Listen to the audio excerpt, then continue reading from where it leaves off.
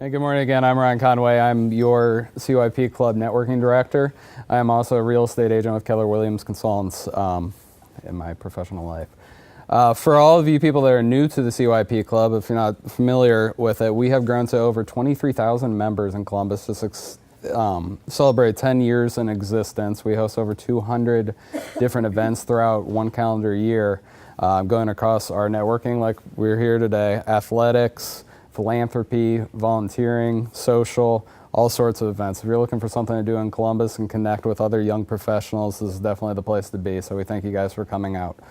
By show of hands here, because I know some of these people just came here 8 weeks ago, how many people here actually grew up in Columbus or Central Ohio? Very good. So by chance, you probably know who Mark Dantzer is. You have heard the name. You may not necessarily know what radio station he happens to be at the moment, because I have it set on my car. You have those 1 through 6 settings on there in your radio stations. 2, I think, on mine is 97.9. 6, I think, is 107.9 on there. You know, I'll press one, Mark Dantzer's here. I press this one, Mark Dantzer's here. So he's literally everywhere on the radio. He's been in radio for how many years?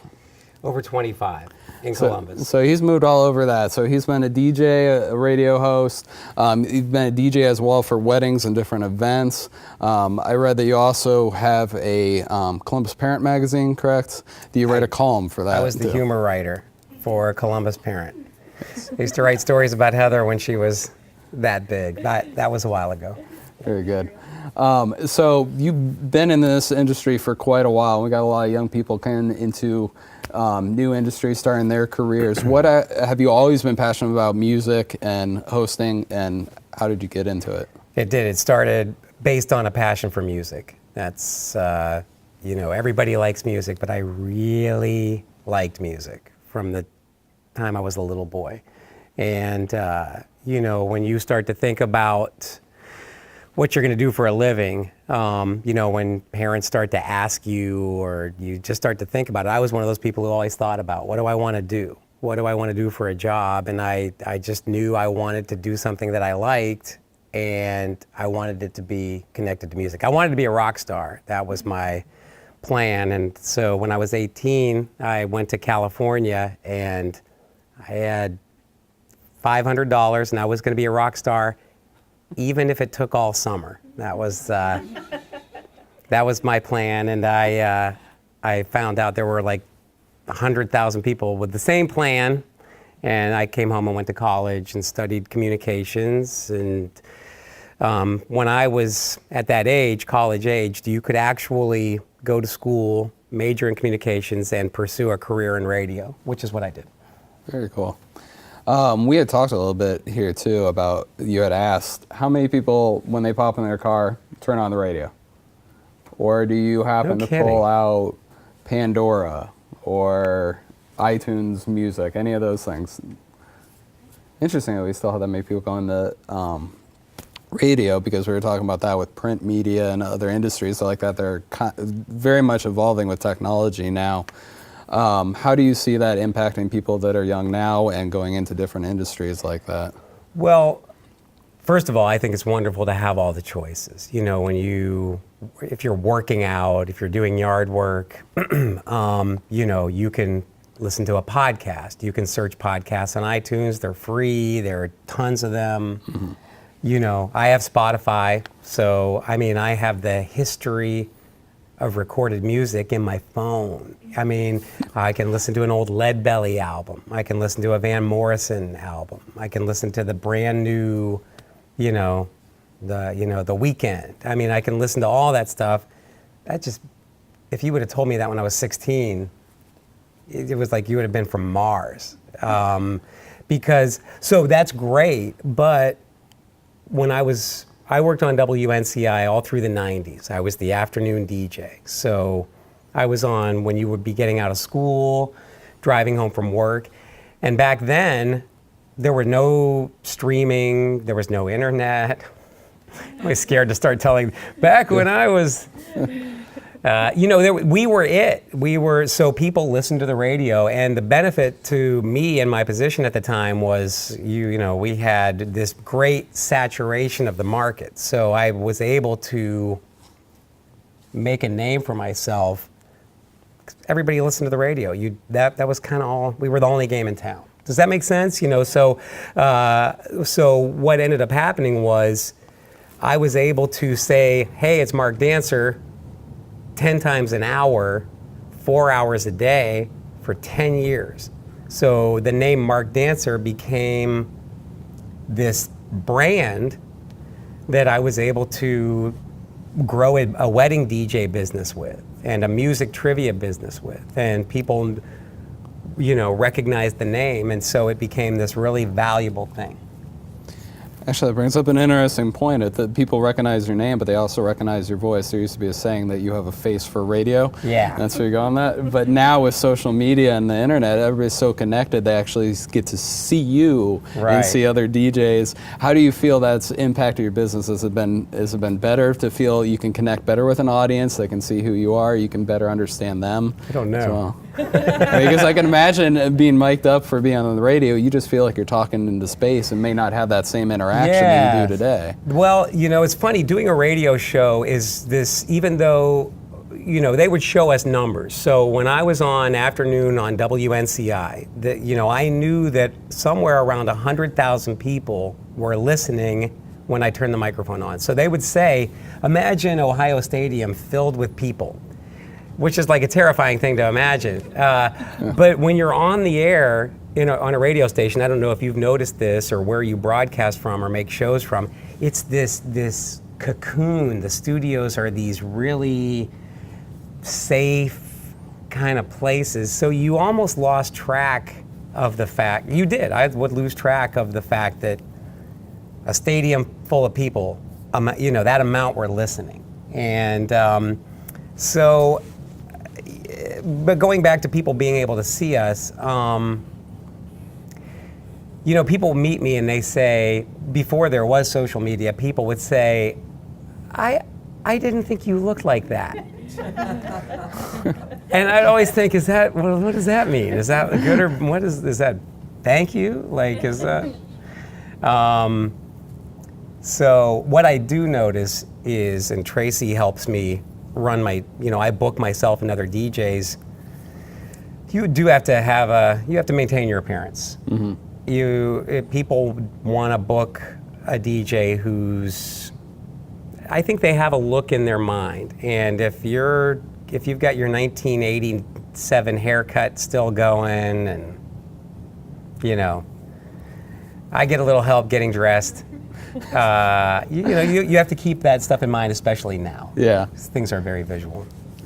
Well, and how do you avoid complacency? You could very easily have gone into radio and just stayed on radio. It would, reinvigorate your career, keep it going after it's time to get into different things like doing weddings. Right. Like you say, a wedding DJ could be very complacent as well and just sit behind the computer, play the tracks, and that's it. Yeah. How do you engage more and stay? Good question. I remember my first radio job was $175 a week. That was my first, if you add it up, it's not even $10,000 a year. That was my first full-time job. But I was a full-time DJ, so I was thrilled. So $175 a week, that was my pay. And when I'd been on the air for about a month, I got a call, and this woman said she was getting married, and it was a week from Saturday, and her DJ canceled, and she's panicked. And she wants to know if I DJ weddings, and if I can be there next Saturday from 8 to midnight, she'll give me $350.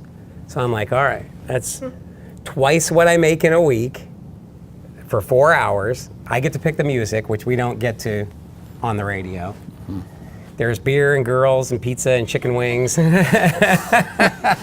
which was everything that was all I wanted when I was 22 years old, was beer and girls and pizza and chicken wings and pick the songs. And she was gonna pay me twice what I made for a living. So I said, yes, I do DJ weddings. And it's funny, that was 30 years ago. And I am doing the same thing. And I think the drive comes from, the fact that it's a way for me to make a living, and it's a way for me to provide for myself.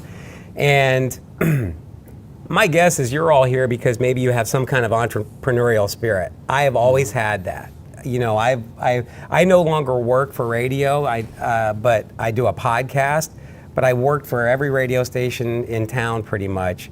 But I always wanted to have my own thing going, and I think that the drive is if you don't tend to it, you don't get paid, and your children don't get fed. So it's pretty basic, pretty basic. So what got you involved with the Columbus Parent Magazine, writing that column, since that's a little bit different than, everything else is related to music? That seems to be a departure from that a little bit. Yeah. Well, I was the afternoon DJ on WNCI, and so, we're presenting ourselves to a young audience, and so you want to relate to that audience. Well, I was the only father on the station. So when Heather and her sister Nicole were little, one of the best parts about my job was that I got to be home with my kids while they were growing up. And so my days were like going to the park and COSI and the zoo and running around with two little girls. Then I'd go in and like interview John Bon Jovi and Sheryl Crow and play music on the radio. Then I'd go and do nightclub appearances at night. So I had this like Mr. Mom, Keith Richards kind of double life. But my kids would give me so many moments that I would want to tell the story. If you have even siblings, you just have these funny stories from your family. And I just couldn't help myself. I had a traffic, if you listen to the radio, there's always the traffic report. So kind of my basic job was to say, okay, it's time for traffic, what's going on? And when I would pitch it to the traffic lady, I'd say, before you do the traffic, Heather did such and such and such and such, and I'd tell this story. And the people I worked for were like, I don't know if you should be talking about your kids. It's like a rock and roll, or top 40, we're hip, and you're being this dad on the radio. And it wasn't like I was trying to be I wasn't trying to cause problems, but I just didn't listen. And because I found that that was the one thing that people related to. When they would meet me at an appearance, or when I would meet people, they'd say, you told this story about your son or your daughter. And that was the thing I got the most feedback on by far. So I kept doing it. And Columbus Parent offered me the opportunity to write this monthly humor column. And again, it was just me branching out and trying to do different things, just to try. I knew that I couldn't be a top 40. I don't want to date myself by the music, but this would have been, I knew I couldn't play Britney Spears and NSYNC forever. So I was looking for different things that I could branch out into. I think they wish you could have. Yeah. There's a couple of members of NSYNC that I think would still like to be performing today. So being the balance of being a parent and working a job that's got some awkward hours, I can relate to that too in my life. And I know Brooklyn said that she has a baby on the way too. How do you deal with the struggles of finding good balance between your work and your life and being a parent and working parent, especially with something that's awkward hours? Do you ever feel a push to go to something that's more 9 to 5 traditional? Or yeah. Well, an understanding spouse is good. Gosh, I don't know if you remember, but I used to bring Heather and her sister to the radio station. Yeah. So WNCI at the time was in the Nationwide building. That's NCI stands for Nationwide Communications Incorporated. And on a Sunday afternoon, I'd have to do a show, and we'd be the only people in that whole Nationwide building. I don't know if you'd go up and down the elevators. I used to put them in a recording studio, and they'd make little tapes and shows. And but that's something you have to put an effort into. I'll say this: when I was a young professional person, and I had the chance to be with my kids or be this super worker guy, I always chose to be with my kids. And, I wouldn't take $1 million for that. That was maybe slowed my career a little bit, but I'm glad I don't look back on that time, you know? I mean, I just think if you have the opportunity to be with your family, that time goes by so fast. Yeah. Looking back on it, is there anything you would have done differently? Well, yeah. Oh my, lots. Would you like me to ask your wife instead? Is there... Well, I remember when I came to WNCI, I was 23, and like within my first year, I was the all-night DJ. They used to have, radio stations used to have DJs all around the clock because we had to push the buttons. We played music on compact disc. So somebody had to push the buttons. We actually played tapes. They were called carts.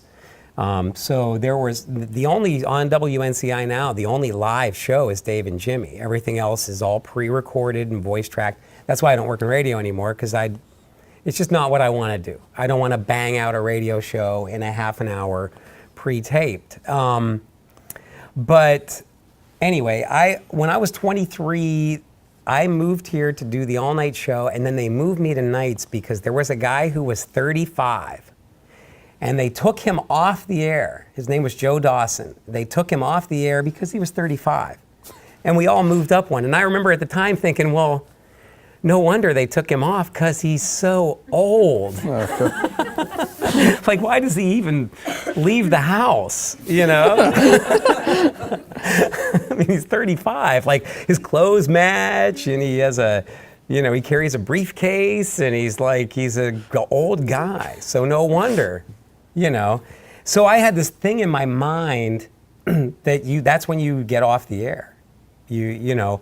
So to answer your question, when I got into my mid-30s, I was still on WNCI. I was the afternoon DJ, and I kind of wigged out and thought, I can't keep doing this. I can't do this. I don't know what I'm going to do.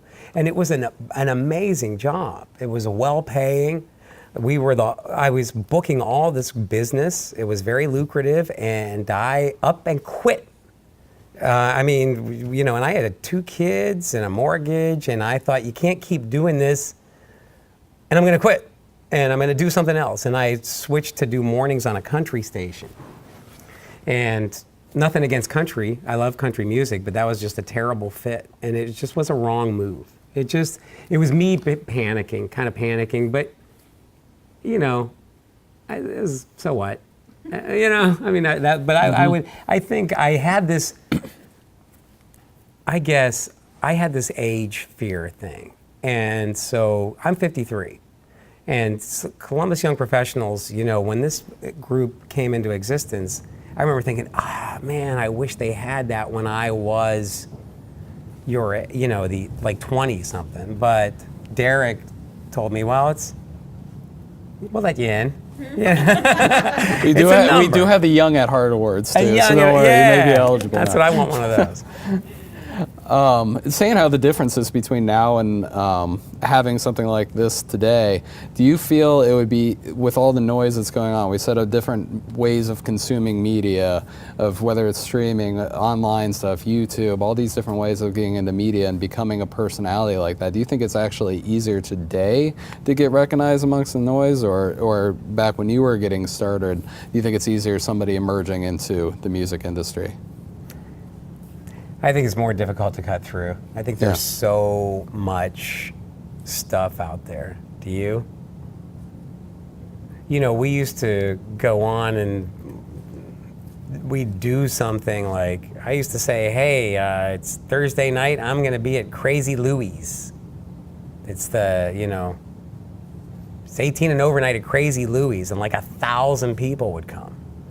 And I just think now it's harder to cut through because people just get so much information from so many different sources. With music, I make most of my money as a wedding DJ.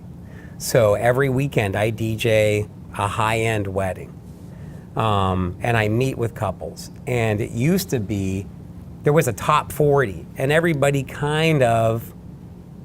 The music was kind of the same for every group. And that's not the case anymore. You know, people have music that they hear on YouTube channel, a YouTube clip or a commercial or a TV show. And I mean, there are still, like, what's the big song right now? If I asked that question 15 years ago or 20 years ago, everybody'd say it's blank. What's the big song right now? I can tell you the #1 song, because I was with my DJs last night and we looked it up. It's Drake, Hotline Bling. Have you ever heard of it? No. That's the #1 most listened to song on the planet right now. Like, nobody's like, you're all supposed to know that song. We're all too old for it now too. So yeah, I think it's you have to work harder. You have to work harder to get attention. Okay. So we've all been to weddings before. What is kind of your style as the wedding DJ? Like I said, I've been to some bland what song ones. do you hate the most? It's got to be that like electric slide one, or the one that instructs you to like, hands on your knees, twist like that. I love that song because that's the only way I know how to dance. But I need instruction through the song. Yeah. It's perfect. It tells you what to do. Yeah, you had the electric slide. Then there was the cha-cha slide. Then there was the Cupid shuffle. Then you got the wobble. And now even the whip it nay. They right, break your leg. The funny thing is I'll DJ. And if I play that song too close to the end of the night, I mean, ask my wife. Like for the next 2 days, I'm walking around the house and it's like, now break them, duh, and I can't help it. It's like, and it's like, oh, I'm singing that song. And I always sing some quiche girl song or something, like Single Ladies. I'll catch myself and I'm like, why am I singing that? So I feel like when it comes to weddings, I feel like weddings kind of have this stereotype of being lame, like they're kind of lame. And they are, except when they're the coolest party on the planet. And I mean, I've DJ'd some amazing, like I'm behind my rig almost like whoa, like yikes. It's the cool thing about them is it's still the one place where you can play Johnny Cash and Bruno Mars and make it work. And so that's what I do like about them. And that's kind of my style. Mm-hmm. My style is I want to play music that's familiar enough that everybody dances, but I don't want to be tired. I don't want to be, here's Celebration. All right, YMCA. All right, Sloopy. Now it's time for Shout. And do that cliche wedding DJ. So what's your way of getting people out on the dance floor if you had one where everybody's kind of staying off to the... I have a secret trick. Actually, it's really simple. What I do is when dinner's over, and at almost every wedding, at the end of dinner, the bride and groom do their first dance. And then they have a dance with their parents. Those are always slow songs. And then I play one more slow song. I say, hey, I'm going to do one more, and it's for everybody. Nathan videotapes sometimes at weddings, and he sees me do this. Come on, this one's for you. The dance floor is open. Come on out. Let's all dance. Come on out. And they do. They all do. Because people will slow dance. Yeah. Then when they're out there, I play like the biggest, strongest song that everybody knows. For years, it was Twist and Shout. I would play Twist and Shout because whether you were 20 or 80, you knew it. You could at least do this. You remember Ferris Bueller? And I'd say, let's have a party. Or something profound like that. And it works. Great. Yeah. And people are like, okay, I'm out here. I'll do it. And they dance. They all dance. And I would drive, and I did this for like 5 years. And I would drive to my weddings, and I'd be like, don't play Twist and Shout. Don't do it. Don't you punk. Like think of another song. Come on. And then I'd get there, and I'd be in that moment, and I'd be like, I'm playing Twist and Shout. I'm going with Twist and Shout. And I would, let's have a party, and everybody would dance, and it works every single time. It always works. It's never let me down one time. And then just recently, this huge breakthrough happened, and I'm like, all right, I'm going with Uptown Funk, and I'm gonna do that one. Like even grandmas know Uptown Funk now. and everybody knows Uptown Funk. So it's very scary and terrifying, but it works. It's my new. So I say At Last by Etta James and Uptown Funk. And you too can be a high-end wedding DJ. Very good. Well, I think we'll go ahead and open up for question and answer from the audience. Yeah? If anybody had any questions. All right, let's keep talking then. Let's party. Do you have any like connections as far as like local bands or just like more live music type thing in Columbus at all? Yeah, the podcast that I do is called Rock and Roll Book Club, and my co-hosts are all local musicians, including Pat Buzzard. Pat Buzzard was in a band called Saving Jane, and about 5 years ago they had they're from Columbus, they had a national hit song called Girl Next Door. And, you know, I mean, he was on like the Regis and Kelly show, you know. So I do this book club with them, and I'm still like that rock star wannabe guy, you know. I still like, you know, that's kind of my favorite thing, is to go to Natalie's and go see a local singer-songwriter. Angela Purley, I don't know if you're all familiar, is a local singer-songwriter who plays a lot of shows around Columbus. So, and a lot of those people will play weddings. The Shaw Brothers, you know, instead of the full-blown band, they'll take kind of like the front guy and maybe one other guy, and they'll do like an acoustic duo. So yes, I do. I cross paths.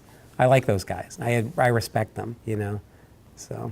It's a good question about the Saving Jane having one kind of hit national in a few years back. As you've interviewed so many different musicians, what do you see as the difference between ones that are maybe a one hit versus somebody that's going to have a more prolonged success? Is there any kind of one key thing that kind of differentiates them? Great question.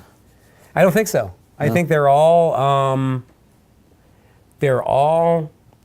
was talking to you about that upstairs, Keitha.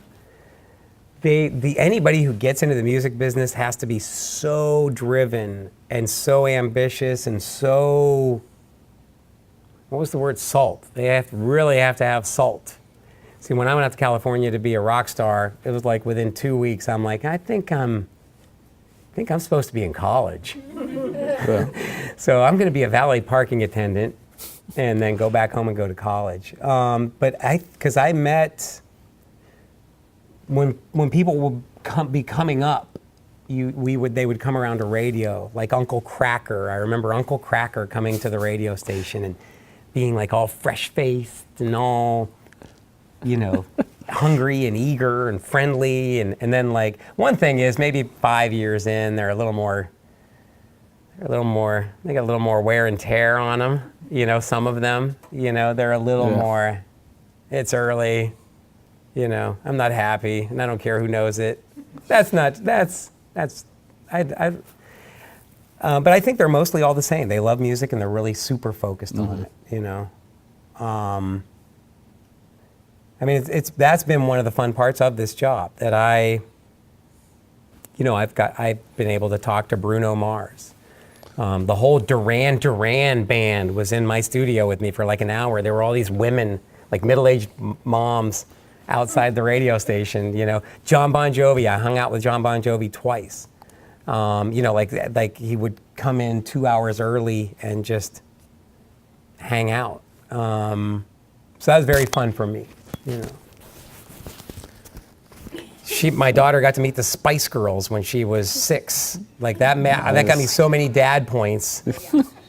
The Spice Girls were in their peak heyday, and my daughters are like in grade school. So I used all my pull, and I said, we have to get my daughters backstage to meet the Spice Girls. Yeah. And they came to Polaris Amphitheater. And do you remember it? And so I wasn't even allowed to go. They were like, we can get 2 people back there. So I'm like, all right, Heather and Nicole, go back. And they went back with one of the guys from the record company, or somebody took you back. And so like a week later, I saw this picture, and Heather was like in the middle of vacation Bible school or something. So unbeknownst to me, Heather gave all the Spice Girls a "What Would Jesus Do" bracelet. And in the picture, there's like, they're all wearing them, except one of them. Like, who? Why? Well, how come she's not? Yeah, what? Too good to wear Don't the like her WWJD? Yeah, you don't like her. All right, of all the celebrity musicians that you've met, which one would you be okay if your daughter brought home with her? And which one would you kick out immediately? That's a great question. I remember being really impressed with John Bon Jovi. You know, he's like such an easy target. You know, he's like this kind of guy I feel like gets made fun of for being so bland. And I just thought he was just a hardworking, earnest guy, you know, and he was a pro, and he was a nice guy, and he was sober and straight and clear-eyed, and he was, I was just impressed with him. I remember, like, a lot of times what happens is we get a phone call, and your phone rings, and radio stations have hotlines. The hotline would ring, and it would be some person, and they'd say, "Is this Mark Dantzer?" And, "Yeah." "Okay, stand by for Sheryl Crow." "All right." And then another person would call, and then you'd get to Sheryl Crow. And when John Bon Jovi, and it would be 15 minutes late, or John Bon Jovi would call, and I'd pick up the phone, he'd be like, "It's John, and I want you to note, I'm 2 minutes early. Rock stars are never early." Or something. He always was like just such a pro. Who, you know, like, I'm gonna date myself, but I remember like back in the 80s heyday of all those hair metal bands, those guys were all exactly how you would imagine they were. Like the Skid Row guys, I would kind of glad that they were never anywhere near my children. The guy that had the chain from his ear to his nose. You know, those guys were all little sleazy. Yeah. You kind of wanted to have like some moist towelettes after they just follow anywhere that they were and just kind of wipe everything down. Yeah. Did you ever have any really challenging interviews with anyone? I really didn't. When I talked to Bruno Mars, I got the impression that he wasn't really paying attention. You know, I could tell I was like the 12th guy that he had talked to. What they do is they put them up in a studio in New York, and then they line them up with like 20 interviews in a row. So you got 10 minutes here, you got 10 minutes there. And I could tell when I was talking to him, I'm like, I don't even think he's listening right now. Like, I think he might even have stepped away from the table. Or I don't know, like I just got the impression that he's not listening. He's not even, I don't think he's there. I hear rustling.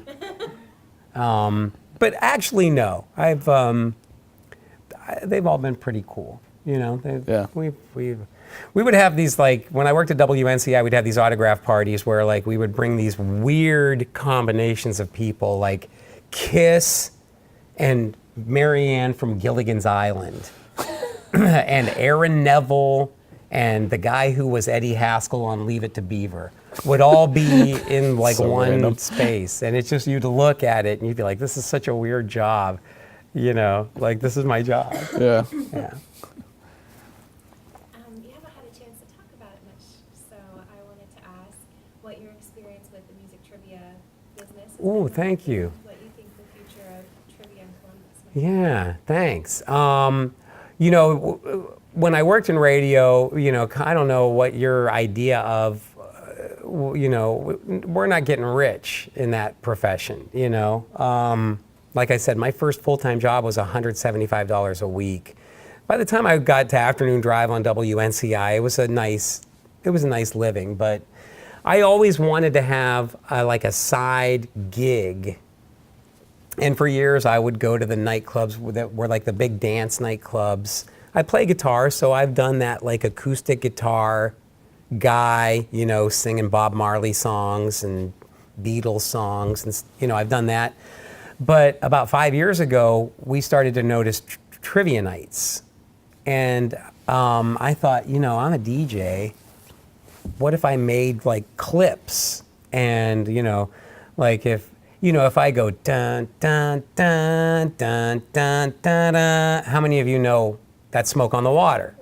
So I thought, well, let's do like, I could make a whole game of those. And I did. And the first place we approached was Brazen Head in Grandview. And I was able to use my name to get to the manager. It's kind of amazing how easily it happened. I mean, we like walked in with no appointment. I said, I'm Mark Dantzer, and I have this music trivia game, and it's going to be blank. It's going to cost you this much a week. We want to try it here. And they said, okay. They said, okay. We're like, couldn't even believe it. Like the first place we tried. I mean, let that be a lesson to you. Go for it.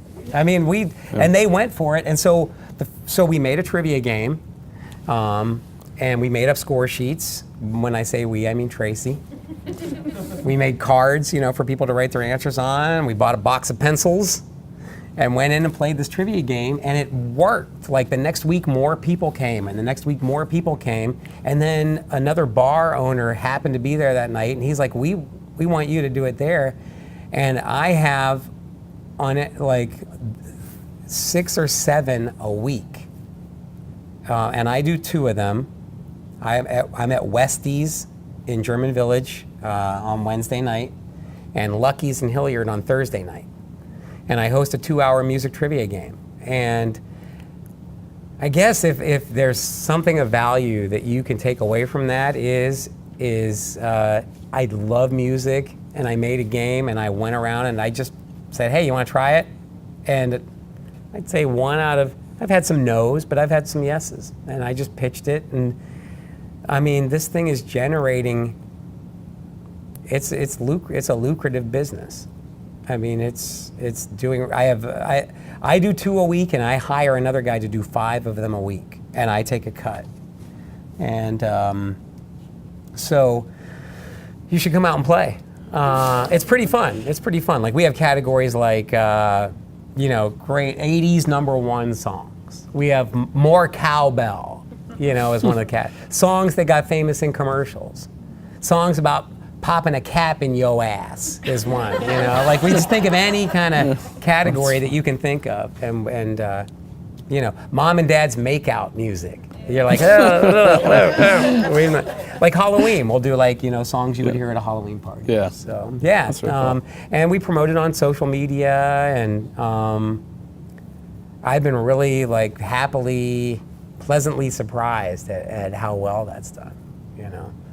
Because I think again going back to that, being 23 and looking at my career, I could have. The idea that I would still be a DJ when I was 40, I just couldn't even fathom that, and then 40 was there like that, and I'm like, well, nobody does this when they're 45. I'm not going to be doing the wobble. I'm not going to be playing the wobble when I'm 50, and that's all that stuff happens, like it happens, We were talking about people who say they want to retire by the time they're 40. I would have been like I'm living a life of leisure for over 10 years now. I would be going nuts. I don't know what you would do. Like, I mean, Yeah. I really like what I do. I have my days, but for the most part, I really like what I do. So, and I have found that if you it's really true. If you find something that you like and you keep pushing at it, it sorts itself out. It really does. Cool. Do you have any other questions? What's the future of radio like podcasts and then social media and those being intertwined together? Well, I'd be curious if you'd spend a minute talking about what WCRS does and what it is. Would you? Did I Sure. get the call letters right? Yes. It's a local. Community radio run by volunteers, and it's programs that you don't hear like anywhere else. It's like basically the opposite of like WNCI and like Sunny 95. It's like, yeah, pretty much. So depending on what the host wants to do, they have free reign to do what they want to do. And it could be a talk show, could be music. Or both. Or both, yeah, right. I see more of that. I see radio, and this has been the case for the past 20 years. What happened was radio stations all used to be locally owned. So there was a local staff. They ran everything. They were very hands-on. They deregulated the radio business just like they deregulated most businesses, banks, everything. So now, like 3 companies own all the radio stations, the commercial radio stations in Columbus.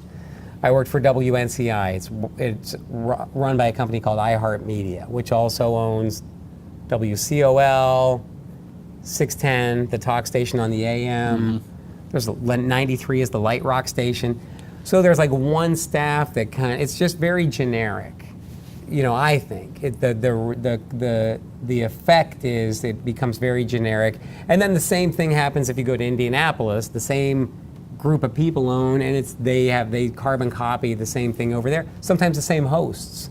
So what I like about like these local community things that are popping up is that brings the individuality back. I think that there's going to be more of that. The problem is, and I don't know the answer, is how do you make that pay? I do a podcast and I love it, and I make that much. No, we got a $10 donation. Our year anniversary is, so there's 4 of us, so we got $2.50. And I think we're still in the hole because we've spent like $11 or $12 boosting our Facebook posts. So the podcast is minus $2 right now. So I say, find something you're passionate about, and then the money will follow. Yeah. Still getting there. Yeah. But also find a need and fill a need. That goes back to that, that wedding DJ story. A lot of people are not willing to throw gear in a truck on a Saturday and DJ a wedding. I am. I'm willing to do that. I like doing my own thing. I don't mind working on Saturday. I'm enough of a ham and an approval seeker that I like people to cheer, and I like that. And so I'm willing to do that job. And I didn't daydream about being a wedding DJ, I mean, there are times where I miss stuff, I miss birthday parties or things on the weekend, but so there's that find a need, fill a need. Sometimes you have to adapt it, but it keeps me close to music. So there's that follow your passion part, Nothing's perfect, I always want to be happy all the time, but it doesn't happen. Yeah. Well, very good, Mark. Thank you very much for coming out. Thank you, Ryan. Thanks, everybody, for listening. Thank you. Appreciate it. I'm sure Mark will stick around if anybody has any individual questions for him one-on-one, and we definitely appreciate having you come out.